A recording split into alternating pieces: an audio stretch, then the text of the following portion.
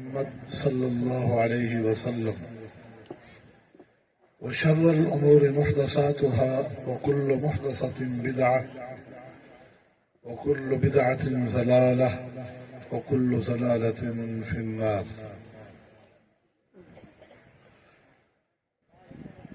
أعوذ بالله من الشيطان الرجيم. يا أيها الذين آمنوا أطيعوا الله وأطيعوا الرسول وأولي الأمر منكم فإن تنازعتم في شيء فردوه إلى الله والرسول إن كنتم تؤمنون بالله واليوم الآخر ذلك خير وأحسن تأويلا.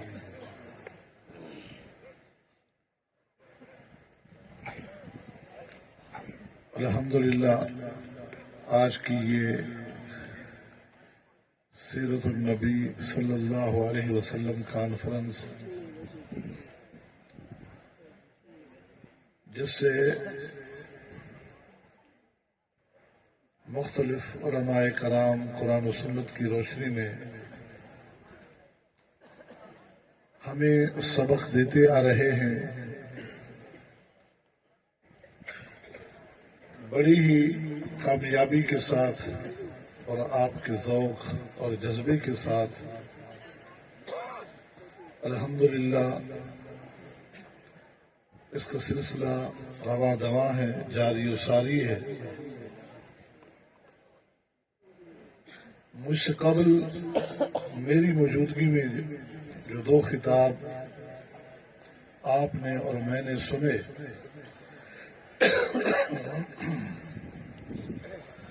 الحمدللہ انتہائی اصلاحی فکری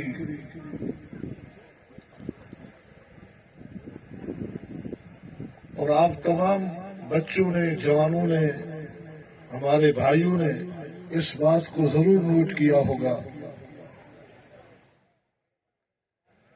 کہ ہمارے علماء کی زبان سے یا تو اللہ تعالیٰ کی کتاب قرآن مجید کی آیات یا پھر محمد الرسول اللہ صلی اللہ علیہ وسلم کی احادیث ہی بیان ہو رہی تھی، اور اللہ کا شکر ہے کہ یہی ہمارا ترہ امتیاز ہے۔ یہ اللہ کا خصوصی کرم ہے کہ یہاں نہ لطیفے ہیں، نہ جھوٹی کہانیاں ہیں، نہ لوگوں کو کہے لگوانا ہے، لوگوں کو قرآن و سنت سنانا، سکھانا، سمجھانا، یہ ہم نے اپنا فریضہ سمجھا ہے۔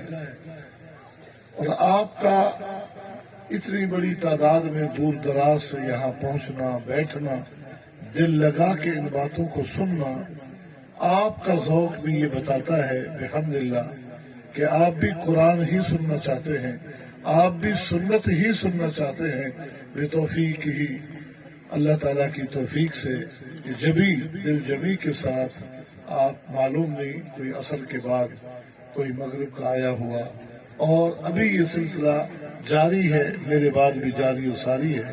انشاءاللہ آپ تمام بچوں نے، نوجوانوں نے ضرور آخر وقت تک اس پروگرام کو سننا ہے اور کامیاب کرنا ہے۔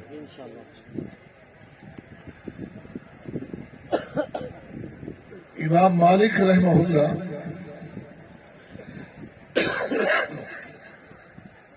جو ائمہ اربع میں سے دوسرے امام ہیں، امام مالک بن انس رحمہ اللہ، جو کہ مسجد نبوی کے امام و خطیب ہیں۔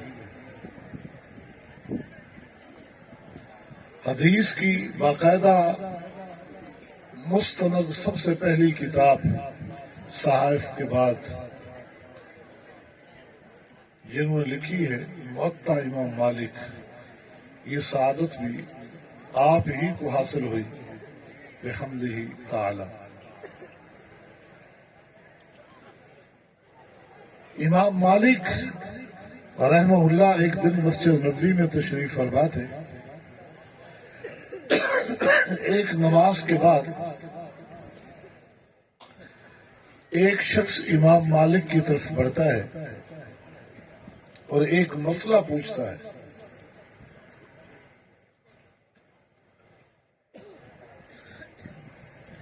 مسئلہ کیا ہے کہ امام صاحب میں عمرے کے لیے جانا چاہتا ہوں, عمرہ ادا کرنے کے لیے احرام کہاں سے باندھوں؟ اب یہ مسئلہ مشکل نہ تھا, تو امام مالک رحمہ اللہ تو ویسے اللہ نے ایسا علم عطا کیا تھا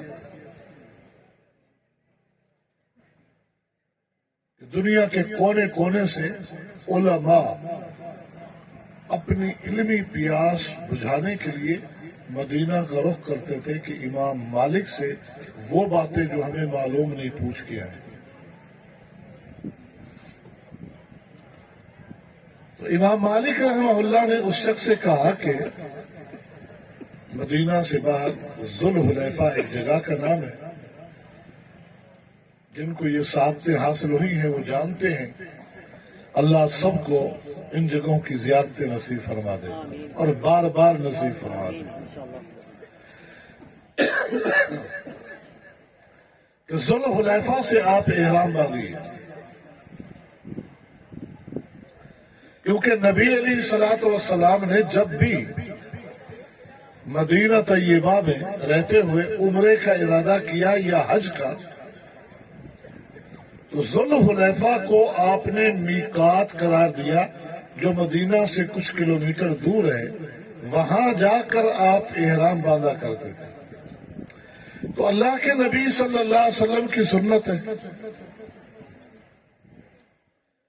سنت کی اہمیت کے حوالے سے چند گزارشات آپ کے سامنے رکھنے کو حکم ہوا, جس طرح آپ نے سنا ہے. اللہ کے نبی صلی اللہ علیہ وسلم کی سنت ہے کہ آپ نے بھی وہاں سے احرام باندھا اور مدینہ طیبہ کی میقات آپ نے ذوالحلیفہ کو قرار دیا. وہ شخص کیا کہتا ہے؟ وہ کہتا ہے اريد ان احرم من عند هذا القبر.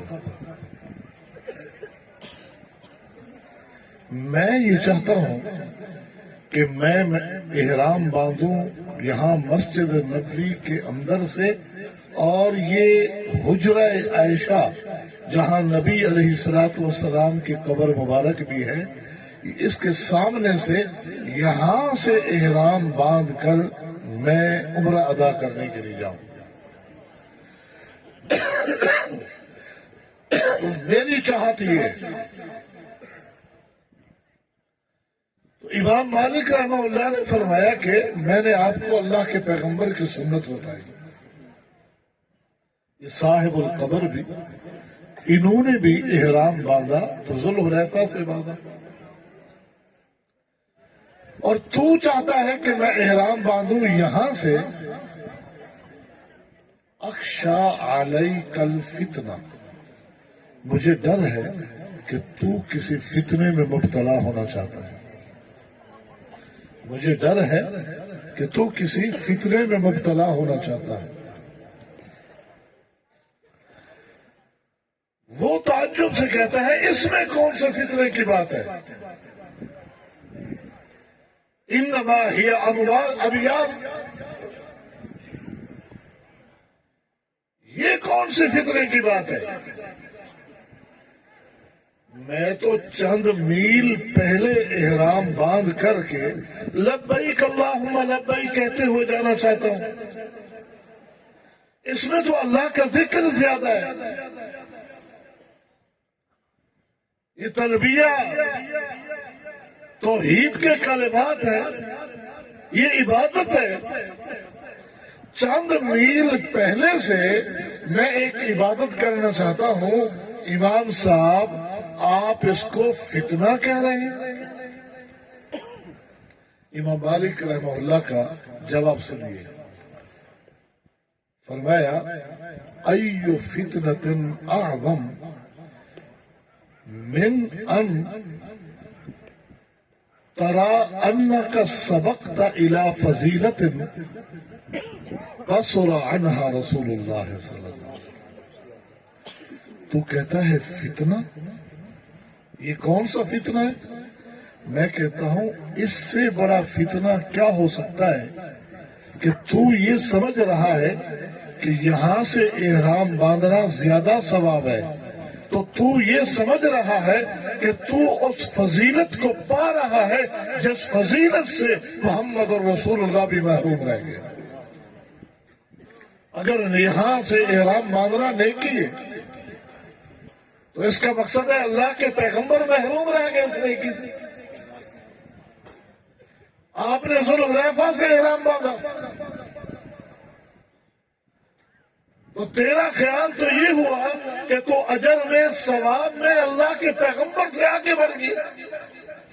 اللہ کا سبق تھا الى فضیلت قصر عنها رسول اللہ، وہ نیکی جو رسول اللہ نہ پا سکے، جو رسول اللہ نہ کر سکے، تو وہ نیکی کر رہا ہے. سن، انی سمعت اللہ یقول فلیحذر الذین یخالفون عن امرہ ان تصیبہم فتنہ او یصیبہم عذاب علیم. میں نے اللہ سے سنا ہے، میں نے اللہ سے سنا ہے. کون کہہ رہے ہیں؟ امام مالک. یہ بات بتاتے ہوئے یہ عقیدہ بھی بتاتے گئے کہ قرآن مجید اللہ کا کلام ہے. یہ قرآن مجید مخلوق نہیں ہے، یہ اللہ کا کلام ہے. انی سمعت اللہ یقول، میں نے اللہ سے سنا ہے.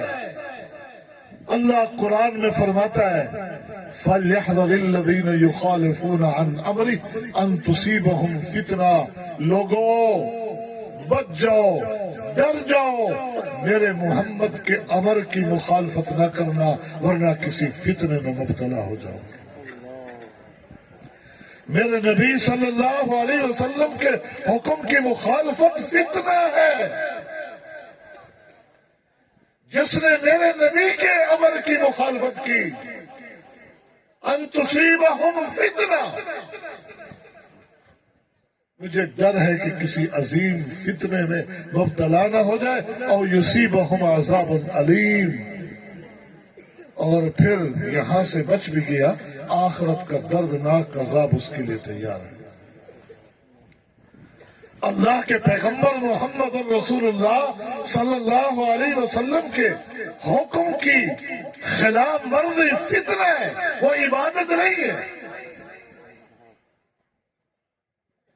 وہ ہمیں عبادت نظر آئے، ریاضت نظر آئے، ذکر نظر آئے، تلاوت نظر آئے، کتنے ہی خوبصورت ڈھنگ رنگ کا ایک عمل نظر آئے، لیکن اللہ کے پیغمبر کا امر اس پہ نہیں ہے تو وہ فتنہ ہے. یاد رکھیں،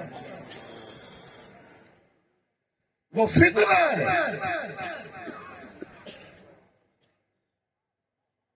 غزوہ تبوک سے واپسی پر نبی علیہ السلام نے نماز عشاء کے بعد صحابہ کو حکم دیا تھا کہ اپنے خیموں میں چلے جاؤ. تیز و تند ہوا آندھی چلنے والی ہے، باہر نہیں نکلنا. گھوڑوں کو باندھ لو، اپنے جانوروں کو باندھ دو. ناطے کہ وہی پیغمبر ہے، بذریعہ وہی اطلاع ہو گئی. لوگ چلے گئے. صبح کیا نماز کا وقت ہے، ایک شخص نظر نہیں آیا. اللہ کے نبی صلی اللہ علیہ وسلم نے پوچھا فلاں شخص کہاں ہے؟ دیکھا گیا، نظر نہیں آیا. خیمے والوں سے پوچھا، خیمے والوں سے پوچھا. خیمے والوں نے کہا کہ بس وہ جب آندھی چلی ہوئی تھی اس کا گھوڑا بھاگ گیا تھا، تو وہ بھی یہ کہتا ہوا گھوڑے کے پیچھے چلا گیا کہ خیر ہے، اتنی تیز آندھی تو نہیں. اچھا، اللہ کے نبی نے فرمایا کہ باہر نہ نکلنا. خیموں سے وہ نکل گیا کہ آندھی تیز نہیں ہے. ہوا کا رخ دیکھا، کہ ہوا کا رخ یہ تھا، آپ نے کچھ صحابہ کی ڈیوٹی لگائی کہ جاؤ اس طرف چلے جاؤ اور اسے تلاش کر کے لاؤ، جاؤ چلے جاؤ اسے تلاش کر کے لاؤ۔ وہ جا رہے ہیں جہاں عقل جواب دے جائے کہ کہاں کتنا دور گیا ہوگا، 1 کلومیٹر، 1 میل، 2 میل، نہیں، وہ چلے جا رہے ہیں، کیونکہ اللہ کے نبی نے یہ نہیں فرمایا جاؤ دیکھو مل جائے تو آ جانا، نہ ملے تو ویسے واپس آ جانا، مل جائے تو لے آنا، نہیں تو واپس آ جانا۔ آپ نے فرمایا اسے ڈھونڈ لاؤ۔ تو صحابہ کا ایمان تھا اس کا مطلب ہے وہ ہمیں ملے گا، کیونکہ آپ نے یہ نہیں فرمایا کہ مل جائے تو ٹھیک ورنہ آ جانا، آپ نے فرمایا ڈھونڈ لاؤ، تو ہم ڈھونڈے بغیر واپس نہیں جائیں گے۔ ادھر یہ تعبیر ہے، یہ اطاعت ہے، حق یہ ہے اطاعت کا کہ نبی صلی اللہ علیہ وسلم کی زبان مبارک ایک جملہ نکلا ہے، صحابہ یہاں کس انداز سے لے رہے ہیں۔ ادھر وہ ایک واقعہ حاتب بن نبی بلتا والا سورۃ الممتحنہ والا بھی بڑا معروف ہے کہ جب نبی علیہ الصلوۃ والسلام نے سیدنا علی اور ان کے ساتھ اور 2 ساتھیوں کو بھیجا کہ جاؤ، روضہ خاک ایک جگہ کا نام ہے، وہاں تمہیں ایک عورت ملے گی، اس عورت کے پاس ایک خط ہے، وہ لے کے آنا۔ انہوں نے اپنے سواریوں کو دوڑایا، این روضہ خاک پر جب پہنچے ایک عورت اونٹنی پہ سوار مکہ کی طرف جا رہی ہے۔ عورت کو روکا، کہا خط دے دے بہن۔ کہا کون سا خط؟ کہا تیرے پاس ہے۔ کہا کوئی خط نہیں، میری تلاشی لے لے۔ اس کے سامان کی تلاشی لی گئی، کوئی خط نہیں۔ کہا خط تیرے پاس موجود ہے؟ کہا تم نے تلاشی لے لی، خط نہیں ہے۔ جب عورت انکاری تھی تو سیدنا علی نے فرمایا، اور بہن سن لے، ہمارے نبی نے فرمایا خط تیرے پاس ہے، تو ہمارا ایمان ہے کہ خط تیرے پاس ہے، اور اللہ کے نبی نے فرمایا خط لے آؤ، ہم خط لیے بغیر واپس نہیں جائیں گے، تو خط دے دے، ورنہ تجھے برہنہ کر کے ننگا کر کے تلاشی لینی پڑی، ہم لیں گے، کیونکہ نبی نے فرمایا خط لے آؤ، اس کے پاس خط ہے، تو خط تیرے پاس ہے، ہم خط لے کر جائیں گے۔ تو اب عورت نے اپنے بالوں کی چٹیاں میں ہاتھ مارا، بالوں کے اندر ایک خط چھپایا تھا، خط نکال کر دیا کہ یہ لے کے جاؤ۔ صحابہ کرام اللہ کے پیغمبر کو، اللہ کے نبی کے حکم کو اس طرح لیتے ہو، اور یہ حق ہے، یہ لینے کا حق ہے۔ وہاں چلے جا رہے ہیں، قبیلہ تئی کی 2 معروف پہاڑیاں تھی، اونچی پہاڑیاں، اور ان دونوں پہاڑیوں کے درمیان ایک راستہ تھا، ہوائیں بڑی تیزی سے وہاں سے گزرتی تھی۔ جب وہاں پہنچے تو اس کی لاش پڑی تھی، اس کی لاش کو اٹھا کر جب واپس لائے، رسول اللہ نے فرمایا کہ میں نے روکا تھا کہ خیموں سے باہر نہ نکلنا، لیکن یہ نکلا، ہوا کے جھونکے نے اسے اٹھایا، ان پہاڑوں سے ٹکرا کر اس کی لاش کو پھینک کے چلی گئی۔ فَلْيَحْذَرِ الَّذِينَ يُخَالِفُونَ عَنْ أَمْرِهِ أَن تُصِيبَهُمْ فِتْنَةٌ۔ اللہ کے پیغمبر کی سنت کی خلاف ورزی یہ فتنہ ہے۔ وہ بظاہر کتنا ہی خوبصورت ہمیں عمل نظر آئے، آج بہت سارے لوگ یہ کہتے ہوئے نظر آتے ہیں کہ آخر اس میں حج کیا ہے؟ بتاؤ اس میں حج کیا ہے؟ ہم نے پڑھا تو قرآن ہے، قرآن خوانی کی ہے، بندہ فوت ہو گیا، ہم قرآن خوانی کر رہے ہیں، ہم نے سوئم کیا، ہم نے چہلم کیا، دعوت کی ہے، اس میں حج کیا ہے؟ تم نے ان معاملات کو عبادت جانا، اور اللہ کے پیغمبر نے اسے عبادت قرار نہیں دیا۔ حج یہی ہے کہ یہ فطر ہے۔ یہ 27ویں رجب کی رات کو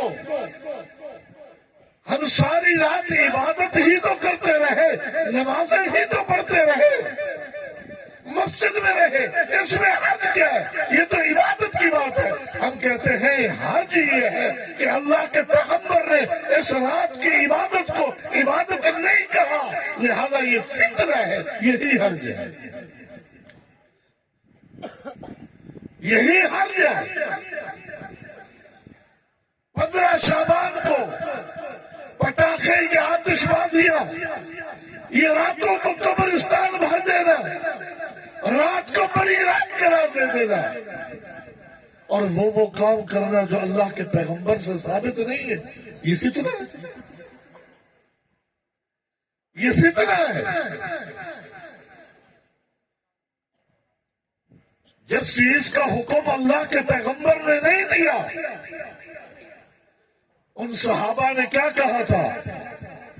معروف حدیث ہے، ایک نے یہی کہا تھا نا کہ میں ساری رات، میری زندگی کی جتنی راتیں آئیں گی میں سوؤں گا نہیں، ساری رات نماز تہجد پڑھوں گا۔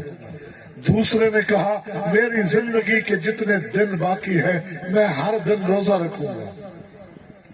تیسرے نے کہا میں شادی بھی نہیں کروں گا، میری راتیں بھی دین کے لیے وقت، میرے دن بھی وقت۔ اللہ کے پیغمبر نے بلا کر کیا کہا تھا؟ انہوں نے کوئی ڈھول بجانے کا نہیں کہا تھا، انہوں نے کوئی ناچ گانے کا عزم نہیں کیا تھا، انہوں نے کوئی ساری زندگی کتے لڑانے اور مرغے لڑانے کی بات نہیں کی تھی۔ آپ کہتے ہیں یہ حج ہے، انہوں نے نماز کی بات کی تھی، روزے کی بات کی تھی، عبادات کی بات کی تھی، لیکن نبی نے بلا کر چہرہ لال پیلا غصے میں فرمایا تم متقی بننا چاہتے ہو؟ انی اخشاکم للہ واتقاکم، میں تم سے بڑا متقی ہوں۔ تم اللہ سے ڈرتے ہو، میں تم سے زیادہ اللہ سے ڈرتا ہوں۔ میں رات کو عبادت بھی کرتا ہوں، سو بھی جاتا ہوں، میں روزے نفلی رکھتا بھی ہوں، نہیں بھی رکھتا، کئی کے دن چھوڑ بھی دیتا ہوں، میں نے شادیاں بھی کی ہے۔ سنو، فمن راغب عن سنتی فلیس منی، جس نے میری سنت سے منہ موڑا اس کا میں محمد سے کوئی تعلق نہیں۔ اللہ کے پیغمبر محمد الرسول اللہ سے اپنا ناطہ جوڑ لیں تو آپ کی سنت سے محبت کرنی ہوگی۔ جس طرح صحابہ کرام نے سنتوں سے محبت کی ہے، اللہ کے پیغمبر کے طریقوں سے محبت کی ہے۔ عبداللہ بن عمر سے پوچھا گیا کہ عبداللہ، آپ کو دیکھا ہے آپ 4 کام کرتے ہیں جن عام لوگوں کو وہ کرتے ہوئے نہیں دیکھا۔ کہا کیا؟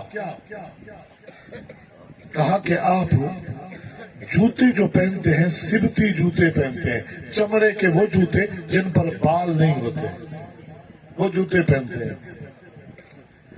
اور آپ کو دیکھا ہے آپ جب بیت اللہ کا طواف کرتے ہیں تو رکن یمانی کو ہاتھ لگاتے ہیں، حجر اسود کا بوسہ لیتے ہیں، بقیہ 2 کونے اور سارے حرم کو آپ نہیں چھوتے۔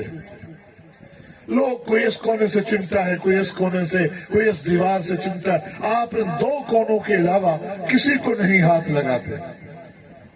اور آپ کو دیکھا ہے اپنے داڑھی سر کے بال ہمیشہ رنگ کر رکھتے ہیں، رنگے ہوئے ہوتے ہیں، رنگے ہوئے ہیں بال آپ کے۔ اور آپ جب مکہ میں ہوتے ہیں تو آپ کو دیکھا ہے کہ لوگ جب ذی الحج کا چاند نظر آتا ہے لبیک اللہم لبیک کی صدائیں بلند کرتے ہیں۔ آپ کو دیکھا ہے آپ نہیں کہتے، آپ 8 تاریخ کو جب احرام باندھ کر سواری پہ بیٹھتے ہیں مینا کے لیے، اس وقت آپ تلبیہ پکارتے ہیں لبیک اللہم لبیک۔ ایسا کیوں کرتے ہیں؟ جواب سنیے۔ کعبے جوتے یہ پاؤں کی حفاظت کے لیے پہنے جا سکتے ہیں، ہر طرح کے جوتے، لیکن ہمیشہ میں سبتی جوتے اس لیے پہنتا ہوں کہ اللہ کے نبی کو ایسے ہی پہنتے دیکھا تھا۔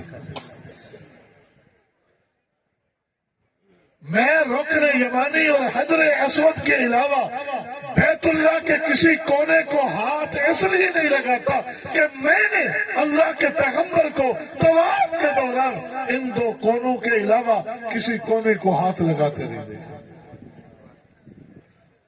میں اپنے بالوں کو اس لیے رنگ لیتا ہوں سفید بالوں کو، نبی علیہ السلام کے چند بال سفید تھے، میں نے دیکھا تھا وہ زرد تھے، تو میں بس چاہتا ہوں میرے بال ہمیشہ رنگے رہیں۔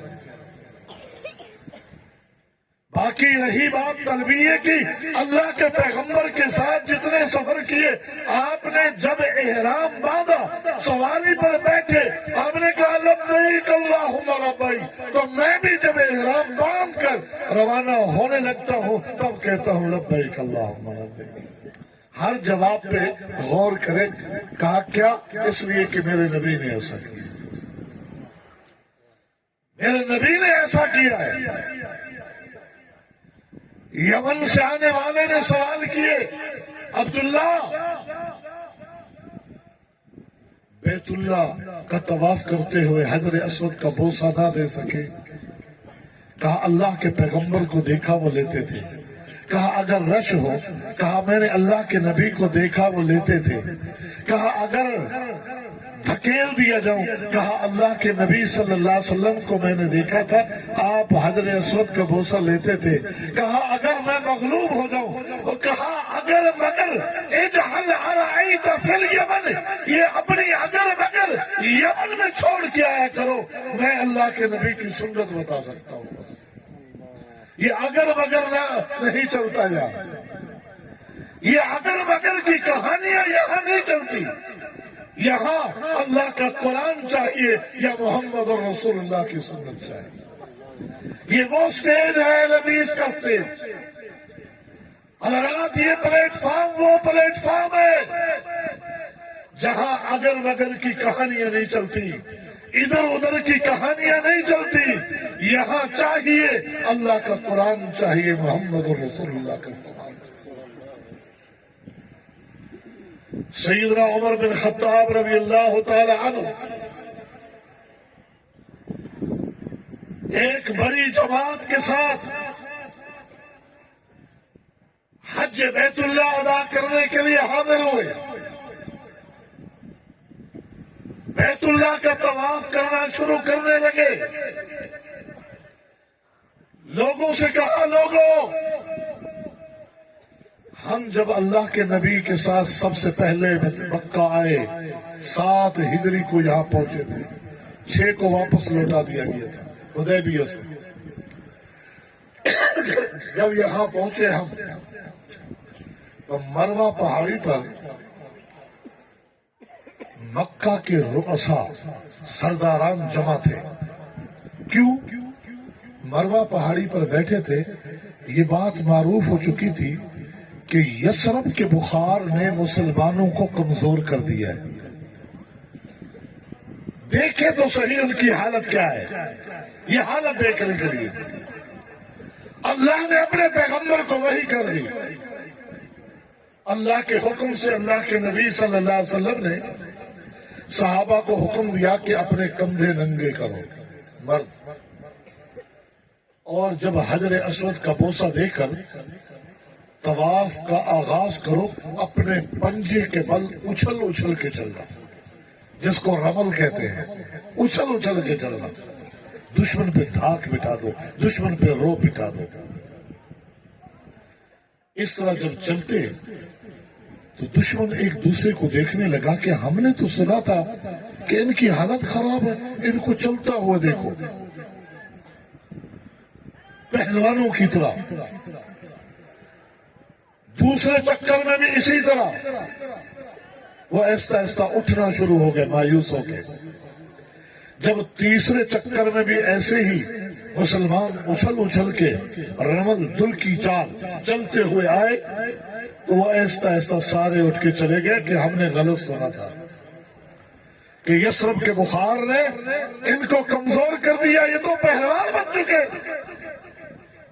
ان کی چال دیکھو، چالیں بدل چکی ہیں۔ جب وہ چلے گئے تو اللہ کے پیغمبر نے فرمایا بقیہ 4 چکر آرام سے چلو، اب آرام سے چلو. اب سنیے بات. سیدنا عمر نے فرمایا لوگوں آج اللہ نے مکہ المکرمہ کو کافروں سے پاک کر دیا. آج کوئی مشرک نہیں ہے مکہ میں. تو لہذا آج ہم یہ دل کی چال کیوں چلیں؟ آج یہ رمل کیوں کریں؟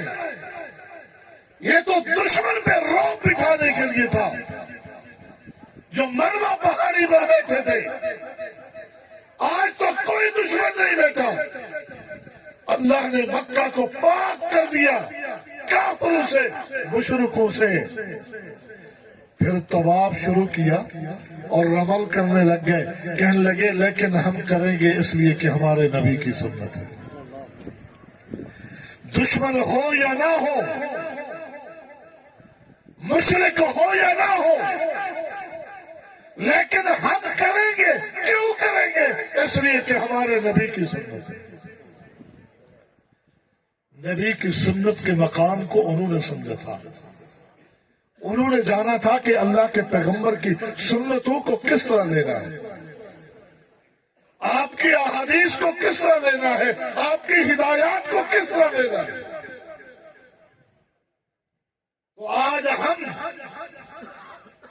یہی فکر اپنے بھائیوں کے دلوں میں اجاگر کرنا چاہتے ہیں کہ بھائیوں ہمیں معلوم ہے کہ تم بھی اللہ کے پیغمبر کا کلمہ پڑھتے ہو کہ نبی پڑھتے ہو جب تمہیں اللہ کے پیغمبر سے محبت ہے. ہم مانتے ہیں کہ تم اللہ کے نبی سے محبت کرتے ہو. تم بھی قرآن سنتے ہو، قرآن پڑھتے ہو. کیوں؟ اس لیے کہ اللہ کے قرآن کلام سے تم بھی محبت کرتے ہو. ہم مانتے ہیں، لیکن ذرا غور کرو، سوچو کہ اس محبت کا تقاضا کیا ہے. وہ تقاضا یہ نہیں ہے کہ جب عمل کی بات آئے تو ہم رخ کہیں اور کر لیں، جب عقیدے کی بات آئے تو رخ کہیں اور کر لیں. محبت کا تقاضا یہ نہیں ہے. محبت کا تقاضا یہی ہے کہ جب ہمیں کلام اللہ سے محبت ہے، جب محمد الرسول اللہ سے سچی محبت ہے، تو اس محبت کا تقاضا یہ ہے کہ عقیدے کی بات آئے تو قرآن کو رہنما مانیے، عمل کی بات آئے تو مصطفیٰ کو رہنما مانیے. بس یہ دعوت دینا مقصود ہوتا ہے. اہل حدیث کا مقصد، اہل حدیث کی دعوت یہ ہے، اہل حدیث کا تعارف یہ ہے، یہ پیغمبر کی سنت کو لوگوں کے دلوں میں، سنت کی محبت کو لوگوں کے دلوں میں زندہ کرنا چاہتے ہیں. صحابہ کرام کی سنتوں کی مثالیں دے کر، ان کے طریقوں کی مثالیں دے کر سیدنا عبداللہ ابن عباس رضی اللہ تعالی عنہما بیت اللہ کی دیوار کی ٹیک لگے ہوئے تھے. حج کے دن تھے، بیت اللہ کی دیوار کی ٹیک لگا کے بیٹھے تھے کہ ایک گوٹ سے آنے والا آیا. گوٹ کے بندے بڑے کھڑے ہوتے، سچے ہوتے. اگر کسی کو غلط راستہ بتا دیا گیا تو وہ ادھر بھی پکے ہوتے ہیں، دین مل گیا تو دین پہ بھی پکے ہوتے ہیں. تم کھڑے لوگ ہو اس لیے کھڑی باتیں سنا رہا ہوں. ایک دیہاتی آیا گوٹ سے، سیدھا عبداللہ ابن عباس کے پاس. عبداللہ ابن عباس کی معمولی شخصیت نہیں ہے، عظیم المرتبہ صحابی رسول ہے، اہل بیت سے آپ کا تعلق ہے، نبی علیہ السلام کے چچا زاد بھائی ہیں، بزرگ صحابی رسول. ایک عربی، ایک دیہاتی آ کر کہتا ہے عبداللہ جی کہو کیا کہتے ہو؟ کہا آپ بخیل ہیں یا غریب ہیں؟ دو ٹوک کھری بات، کوئی چکنا چپڑا انداز نہیں ہے. آپ بخیل ہیں یا غریب ہیں؟ عبداللہ بن عباس نے ٹیک چھوڑی، کہا اللہ کا شکر ہے نہ میں بخیل ہوں نہ غریب ہوں، کیا ہو گیا؟ کہا باہر جو ہے نا آپ کے رشتہ دار حاجیوں کی خدمت میں کوئی شہد پیش کر رہا ہے، کوئی ستو پیش کر رہا ہے، کوئی دودھ پیش کر رہا ہے، لیکن آپ کی طرف سے حاجیوں کی خدمت میں جو باہر خیمے لگے ہیں وہاں تو صرف کھجور کا شربت دیا جا رہا ہے، نبیس۔ اصل میں کھجور کا شربت ان دنوں میں یہ عام شربت تھا، آج تو یہ بھی ایک نایاب ہے، جس طرح آج چائے بوتل عام ہے نا، اس وقت کھجور کا شربت عام تھا، یہ سب سے سستی چیز تھی۔ کہا سارے لوگ آپ کے رشتہ دار خاندان کے حاجیوں کی خدمت میں مختلف قسم کے کھانے، مختلف قسم کے مشروبات پیش کر رہے ہیں، لیکن آپ کی طرف سے جو خیمہ لگائے صرف کھجور کا شربت مل رہا ہے۔ تو میں نے سوچا پوچھ کے ہوں آپ غریب ہو گئے ہیں یا بخیل ہیں؟ سیدنا عبداللہ بن عباس کے جواب کو نوٹ کیجئے، نوٹ کر کے جائیے اور اسی فکر کو اپنے دل و دماغ میں بٹھا کے جائیے۔ کہا اللہ کا شکر ہے نہ میں بخیل ہوں نہ غریب۔ جس دن رسول اللہ صلی اللہ علیہ وسلم نے حج ادا کیا تھا تو اللہ نے مجھے اس سال بھی سعادت بخشی، کم عمری کے باوجود میں نے اللہ کے پیغمبر کی معیت میں حج ادا کیا تھا۔ آپ کا گزرنا ہمارے خیمے سے ہوا حج کے دنوں میں، تو میرے نبی علیہ السلام نے پانی مانگا، ہم سے پانی مانگا، ہمارے خیمے سے گزر رہے تھے، تو اس سال بھی ہم کھجور کا شربت بنا کر حاجیوں کو پلا رہے تھے۔ اس سال بھی جب رسول اللہ نے حج کیا، نبی علیہ السلام نے پانی مانگا تو ہم نے کھجور کا شربت پیش کیا، آپ نے بڑی خوشی خوشی اس کو لیا، نوش فرمایا، حتیٰ کہ بچ گیا تو آپ کی سواری پر آپ کے پیچھے جو صحابی تھے ان کو دیا، اور ہمیں کہا احسنتم واجملتم کذالک ففعلوا، تم نے تو بہت اچھا کام کیا ہوا ہے، تم نے تو بہت اچھا مشروب حاجیوں کی خدمت میں پیش کیا ہوا ہے، کذالک ففعلوا۔ اللہ کے نبی نے فرمایا یہ کام کرتے رہنا، یہ کام کرتے رہنا، اور دیہاتی ما اریدو ان اغیر ما امرنی بہ رسول اللہ، اللہ نے سب کچھ دیا لیکن جس کام کے کرتے رہنے کا حکم میرے نبی نے دیا تھا میں اس کو تبدیل نہیں کرنا چاہیے۔ میرے نبی نے کہا یہ کام کرتے رہنا، میں اس کو تبدیل نہیں کرنا چاہتا، جس کام کے کرتے رہنے کا حکم محمد رسول اللہ نے دیا تھا۔ لوگوں جس کام کے کرتے رہنے کا اللہ کے پیغمبر نے حکم دیا اسے اپنا لو، اسے اپنا لو۔ پوچھو علماء سے، پوچھو کہ اللہ کے نبی نے یہ کام کرنے کا حکم دیا یا نہیں۔ اگر وہ آپ سے کہے بھئی اللہ کے نبی نے تو نہیں دیا لیکن اس میں حرج کیا ہے، آپ کہیں، آپ صرف یہ بتائیں کہ اللہ کے نبی نے یہ حکم دیا ہے یا نہیں، اللہ کے نبی نے یہ کام کیا ہے یا نہیں۔ یہ قاعدہ یاد کر لو، یہ چھوٹا سا ایک قاعدہ یاد کر لو، نہ لڑو کسی سے، نہ مفتیوں سے جھگڑو، نہ بحث کرو، بس یہی پوچھو کہ آپ نے جو یہ عمل پیش کیا ہے یہ اللہ کے نبی نے کیا یا کرتے رہنے کا حکم دیا یا کیا؟ ہمارے سر یہ ہمارا دین ہے، یہ ہمارا ایمان ہے. لیکن اگر وہ اگر مگر اور حرج کی باتیں کرے تو وہ آپ کو مبارک، وہ آپ کو مبارک. اگر اللہ کے نبی نے کیا تو ہمارا ایمان ہے، ہم کریں گے. حکم دیا تو ہم لیں گے، ہمارا ایمان ہے. نہیں تو ہم عالم نہیں، آپ سے نہ جھگڑتے نہ بحث کرتے نہ لڑتے، وہ آپ کا دین. لیکن ہم وہ نہیں کر سکتے جو محمد رسول اللہ نے نہیں کیا. عبداللہ بن عمر نے کیا کہا تھا؟ اخرج بنا. شاگرد سے مسجد میں اذان کی آواز سن کے ایک سفر میں مسجد میں چلے گئے نماز پڑھنے کے لیے، اذان کی آواز سن کے. پھر دیکھا کہ وہاں مؤذن مسجد میں کھڑے ہو کے اذان ہو گئی ہے، لوگوں سے کہہ رہے نماز کے لیے آ جاؤ، نماز کے لیے آ جاؤ، نماز کا ٹائم ہو گیا.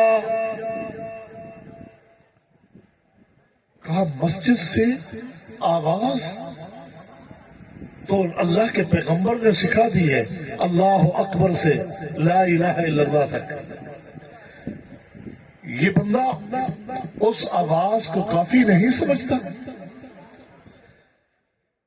ذرا غور کیجیے، نماز کے لیے بلا رہا تھا، مسجد کی طرف بلا رہا تھا، کسی سینما ہال کی طرف نہیں بلا رہا تھا، کسی گناہ کے کام کی دعوت نہیں دے رہا تھا، نماز کے لیے بلا رہا تھا. آپ نے تو اذان سے پہلے کسی نے کلمے لگا دیے، کسی نے آخر میں. صلاۃ و سلام ان سے پوچھو اللہ کے نبی کے دور میں اذان سے پہلے یہ کلمات ہوتے تھے تو کہیں گے یہ ہے تو نبی پہ درود و سلام، اس میں حرج کیا ہے؟ آپ یہی کہیں، حرج کی بات نہیں پوچھ رہے. ہم یہ پوچھ رہے اللہ کے پیغمبر کے دور میں بلال نے اذان کہی، عبداللہ بن ام مکتوم نے اذان کہی، ابو محذورہ نے اذان کہی، کسی صحابی نے اذان سے پہلے یہ کلمات کہے؟ اگر کہے تو ٹھیک ہے، نہیں تو ہم اس کو دین نہیں مانتے. آج کسی نے پہلے، کسی نے بعد میں، کسی نے درمیان میں کلمات بڑھا دیے، درمیان میں کلمات بڑھا دیے. اور آپ کو معلوم ہے جب مدینہ میں نمازیوں کی تعداد بڑھ گئی تو اللہ کے پیغمبر نے میٹنگ رکھی کہ بلانے کے لیے، لوگوں کو دعوت دینے کے لیے کیا کرنا چاہیے. کسی نے کہا یہ کریں، کسی نے کہا یہ کریں. مجلس برخاست ہو گئی، فیصلہ نہ ہوا. اللہ کے نبی منتظر ہے کہ اللہ کی طرف سے رہنمائی آئے. نہ ابو بکر کی رائے لی، نہ عمر کا مشورہ، نہ عثمان کی بات، نہ علی کی مشاورت، اور نہ خود مشورہ دیا. چلے گئے، رات کو سو گئے. اللہ کی طرف سے خواب کے اندر کئی صحابہ کو اذان سکھا دی گئی، کئی صحابہ کو اذان سکھا دی گئی. دوڑتے ہوئے عبداللہ بن زید نبی علیہ السلام کے پاس آئے. رات خواب میں دیکھا کہ آنے والے نے آ کر کہا کہ آپ جو یہ رائے لے رہے تھے، اگر یہ کلمات کہہ دو تو کیا ہوگا؟ کہو کلمات. کلمات سنائے گئے. نبی علیہ السلام سمجھ گئے کہ اللہ کی طرف سے. کئی ایک صحابہ آ گئے، ہم نے یہ خواب دیکھا. فرمایا ہاں تمہارے خواب حق پر سچے موافق ہو گئے. تم بتاتے جاؤ. بلال نماز کا ٹائم ہو گیا، تم کہو بآواز بلند. وہ بتا رہے، عبداللہ بن زید بن عبد رب ہی بتا رہے. بلال نے کہا اللہ اکبر، اللہ اکبر. عمر نے گھر میں بیٹھے یہ کلمات سنے، کہا یہ تو وہی کلمات ہے جو رات خواب میں مجھے کوئی سکھا رہا تھا. آگے بڑھے، پھر کہا اللہ اکبر، اللہ اکبر. کہا ہاں ہاں یہی ترتیب ہے. موسم نے کہا اشہد ان لا الہ الا اللہ. دوڑتے ہوئے آئے، چادر زمین پہ گھسٹتی ہوئی آئی، کندھے کی چادر. کہا اللہ کے پیغمبر یہ کلمات تو رات خواب میں مجھے کوئی سکھا رہا تھا. کہا عمر تم سب کا خواب حق پر موافق ہو گیا. تو عرض کرنے کا مقصد یہ ہے جب اللہ کی طرف سے رہنمائی نہیں آئی، اللہ کے پیغمبر نے بھی کوئی کلمات کہنے کی اجازت نہیں دی. جب رہنمائی آئی، کلمات سکھا دیے گئے. آپ کو کہاں سے رہنمائی آئی ہے کہ آپ نے یہ سابقے اور راہ کے اس اذان کے ساتھ لگا دیے ہیں؟ پوچھو تو کہتے ہیں اس میں حرج کیا ہے؟ اس میں حرج یہی ہے کہ اس اذان میں جو اللہ کی طرف سے صحابہ پہ القاء کی گئی نیند کی حالت میں، اس میں یہ کلمات نہیں تھے. جس اذان کو محمد رسول اللہ نے پاس کیا تھا، اس اذان میں یہ کلمات نہیں تھے. یہی حرج ہے، یہ فتنہ ہے. میں عبداللہ بن عمر کی بات کر رہا تھا. عبداللہ بن عمر نے دیکھا، سنا کہ ٹھیک ہے کوئی گھر سے آ رہا ہے، کسی کو کہتا ہوا آ سکتا ہے، آئیے نماز کے لیے چلیں. ایک دوسرے کو دعوت دی جا سکتی ہے، لیکن اذان کی آواز مسجد میں جو نماز کے لیے بلانے کے الفاظ محمد رسول اللہ نے پاس کر دیے، اس پہ نہ کمی جائز ہے نہ بیشی جائز، نہ کمی جائز ہے نہ زیادتی جائز ہے. حی علی الصلاۃ، حی علی الفلاح، یہ کلمات ہو گئے. یہ مؤذن پھر بھی بس نہیں کرتا. آپ کی بستی اور گوٹھوں میں بھی آوازیں لگتی ہوں گی. خاص طور پر رمضان میں آ جاؤ، باقی اتنے منٹ رہ گئے نماز میں، آ جاؤ، بقیہ 5 منٹ رہ گئے نماز میں. اذان کہنے کے بعد یہ کلمات مسجد سے ادا کرنا بدعت ہے. عبداللہ بن عمر نے کہا شاگرد سے، اخرج بنا، مجھے یہاں سے نکال کے لے جاؤ، کیونکہ خود نابینا ہو چکے، میں اس بدعتی کے پیچھے نماز نہیں پڑھوں گا. میں اس بدعتی کے پیچھے نماز نہیں پڑھتا جس نے اللہ کے پیغمبر کی سنت پہ اکتفا نہیں کیا. تو سنت دین ہے ہمارا، سنت دین ہے ہمارا، ایمان ہے ہمارا. اللہ کے پیغمبر کی سنت سے محبت کیجیے، سنتوں سے محبت کیجیے. اللہ کے پیغمبر نے جس چیز کو لینے کا حکم دیا کہ لے لو، اس پہ عمل کرو، عمل کرتے رہو، بھائیوں اسی کو لے لو. یہی دین ہے، یہی ایمان ہے. اس کے علاوہ خوبصورت شکلیں، خوبصورت ڈھانچے، وہ مسجد نبوی تھی. یہ ہمارے گوٹھوں کی مسجد نہیں تھی، مدینہ کی مسجد، جس مسجد میں ایک نماز ان مسجدوں میں 1000 نمازوں سے بہتر ہے. وہ مسجد نبوی تھی، شہر مدینہ تھا، جس میں لوگ مل کے بیٹھے تھے، آگے پتھر رکھے تھے. ایک کہتا سب ہو سبحان اللہ پڑھو، سب ان پتھروں پر سبحان اللہ سبحان اللہ سبحان اللہ سبحان اللہ سبحان اللہ. پھر وہ کہتا ہم میں یہ کوئی مر جائے نا تو 1,00,000 بار پچھلیاں پڑی جاتی ہے کہ پڑھ تو سبحان اللہ رہے، لا الہ الا انت سبحانک انی کنت من الظالمین، کہ 1,00,000 بار پڑھ دو بخشا جائے گا مردہ. کہو کس حدیث میں ہے؟ آگے جواب آئے گا بھیا یہ کلمہ کون سا ہے؟ قرآن کی آیت ہے، لا الہ الا انت. تو کہو سبحان اللہ بھی قرآن میں موجود ہے، الحمدللہ بھی قرآن میں موجود ہے، اللہ اکبر بھی قرآن میں موجود ہے، لا الہ الا اللہ بھی قرآن میں موجود ہے. وہ یہی پڑھ رہے تھے. اور مسجد نبوی میں کہنے والے نے جب کہا عبداللہ کو، تو کیا آ کر کہا تھا؟ کہا اللہ کے پیغمبر کو فوت ہوئے ابھی کوئی زیادہ عرصہ نہیں ہوا، نبی کے صحابہ بڑی تعداد میں زندہ ہے، اور نبی کے کپڑے ابھی پرانے نہ ہوئے ہوں گے،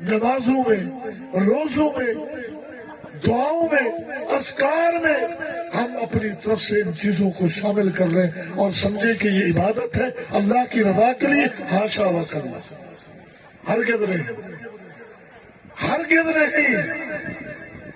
یاد رکھیے ہمارا دین آج بھی اسی طرح محفوظ ہے جس طرح رسول اللہ صلی اللہ علیہ وسلم نے صحابہ کو سکھایا۔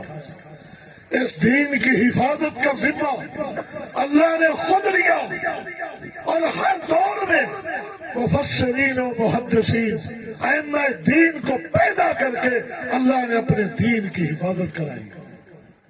اس دین کی حفاظت ہر دور میں کرنے والے، اگر کسی وقت ایسا زمانہ آیا، ایسا دور آیا کہ ایک حدیث پر عمل کرنے کے لیے ایک بندہ باقی رہ گیا، دشمنان نے تلوار کی زور پر لوگوں سے باطل منوا لیا، تو اللہ نے اس ایک کو ایسا پہاڑ بنا دیا، استقامت کا پہاڑ بنا دیا کہ دین کا یہ سبق جو ہے انہی کے ذریعے قیامت تک زندہ رہ سکے۔ وہ کون ہے؟ امام مالک ہے۔ جب وقت کے بادشاہوں نے اپنی مرضی اور منشا کے مطابق علماء سے یہ فتویٰ چاہا کہ جبرن گن پوائنٹ پر اگر کسی سے کہا جائے اپنی بیوی کو طلاق دے اور وہ ڈر کے مارے طلاق دے دے تو کہو طلاق ہو جاتی ہے، جبکہ حدیث میں ہے طلاق نہیں ہوتی۔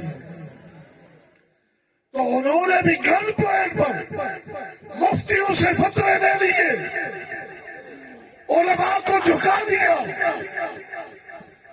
ایک عالم مدینہ باقی رہا جس کا نام مالک بن انس تھا۔ امام مالک، تو بھی فتویٰ دے دے۔ کہا مجھ سے فتویٰ لینا ہے تو اللہ کی کتاب کی کوئی آیت پیش کرو یا محمد الرسول اللہ کی کوئی سنت لے۔ کہا فتویٰ دے دے ورنہ اس کا انجام بڑا سخت ہوگا۔ کہا انجام بھگتنے کو تیار ہوں، مالک کو منوانا ہے تو محمد کی سنت لے آؤ۔ پہلے دھمکایا گیا، ڈرایا گیا،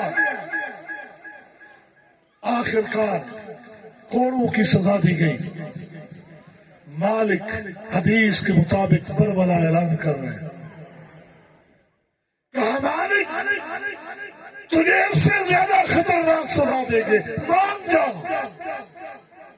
منہ کالا کر کے اونٹنی پہ بٹھا کے شہر کی گلی گلی اور بستی بستی میں گھماؤ۔ یہ وقت کا عظیم انسان مالک بن انس، یہ بادشاہوں کا عدل جاری ہو گیا کہ جب تک ہماری بات نہ مانے اس کو گھماؤ گلیوں میں اور اس طرح بے عزت کرو۔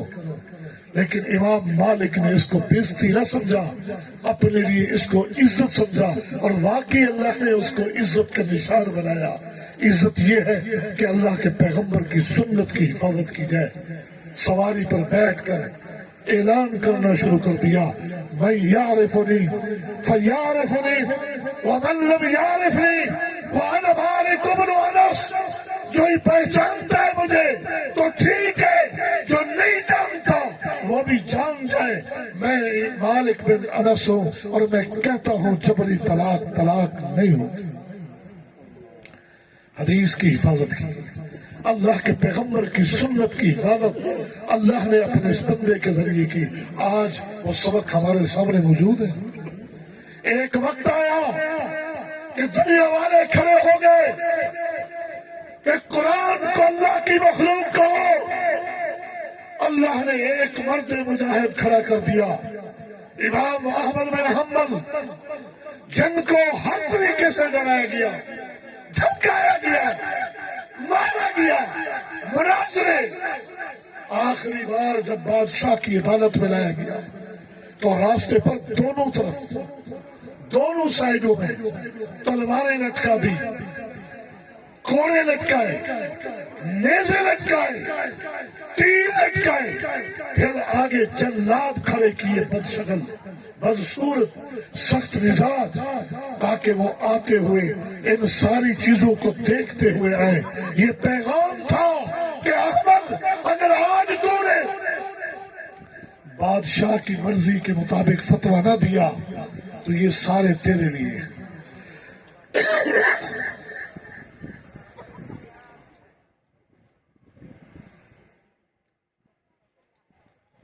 یہ امام احمد بن حنبل کے لیے پیغام تھا۔ یہ کوڑوں کی شکل میں، تلواروں کی شکل میں، جلادوں کی شکل میں پیغام تھا، لیکن آگے مناظر کو بھی بٹھایا ہے۔ امام احمد بن حنبل جب آئے ہر بات پہ یہی کہتے ہیں، ائتونی بکتاب اللہ او من سنت محمد صلی اللہ علیہ وسلم۔ اگر احمد کو منوانا ہے تو اللہ کی کتاب کی کوئی آیت پیش کرو یا محمد الرسول اللہ کی سنت پیش کرو۔ جب آیت پیش نہیں کی جا رہی، سنت پیش نہیں کی جا رہی، دھمکایا جا رہا ہے، لٹایا گیا، کوڑے مارے گئے، جلادوں کو تعینات کیا گیا۔ واقعات تاریخ میں پڑھتے ہیں آپ، لہو نہوان شکل میں جب چھوڑا گیا، نماز عصر کا وقت قریب تھا، پورا جسم خون سے آلود تھا، کہا مجھے مسجد کی طرف جانے دو، نماز عصر کا ٹائم ہو گیا ہے، نماز تو پڑھ لوں۔ آواز کیا تھی؟ احمد کو منوانا ہے تو اللہ کی کتاب کی کوئی آیت پیش کرو یا محمد الرسول اللہ کی سنت کو پیش کرو۔ سنت کی حفاظت ہمارے اسلاف نے اس طریقے سے کی ہے بھائیوں۔